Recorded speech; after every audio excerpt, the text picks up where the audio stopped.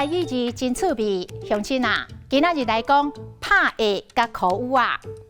拍下甲口语啊，华语拢讲打嗝，但是形成的原因甲发出的声拢无共款。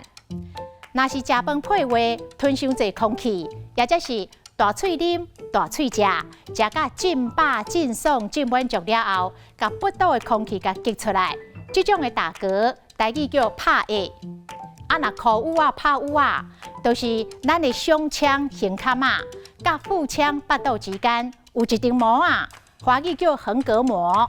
横膈膜痉挛揪紧发出来的声，就是口语啊。口语啊是连续性的。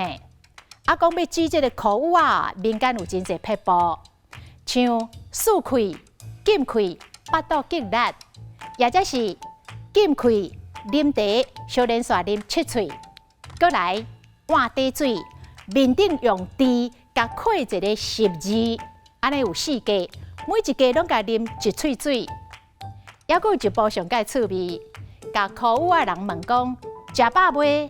爱应讲食饱。啊，食啥？食饭。食饭配啥？食饭配姜母。讲安尼问了哦，口语啊就会好去哦。有效无效？大家试看嘛，咧就知。啊，若是口语啊哭袂停，超过半点钟，就要紧找医生来处理咯。今仔日的台语字拍下口语啊，实在真趣味。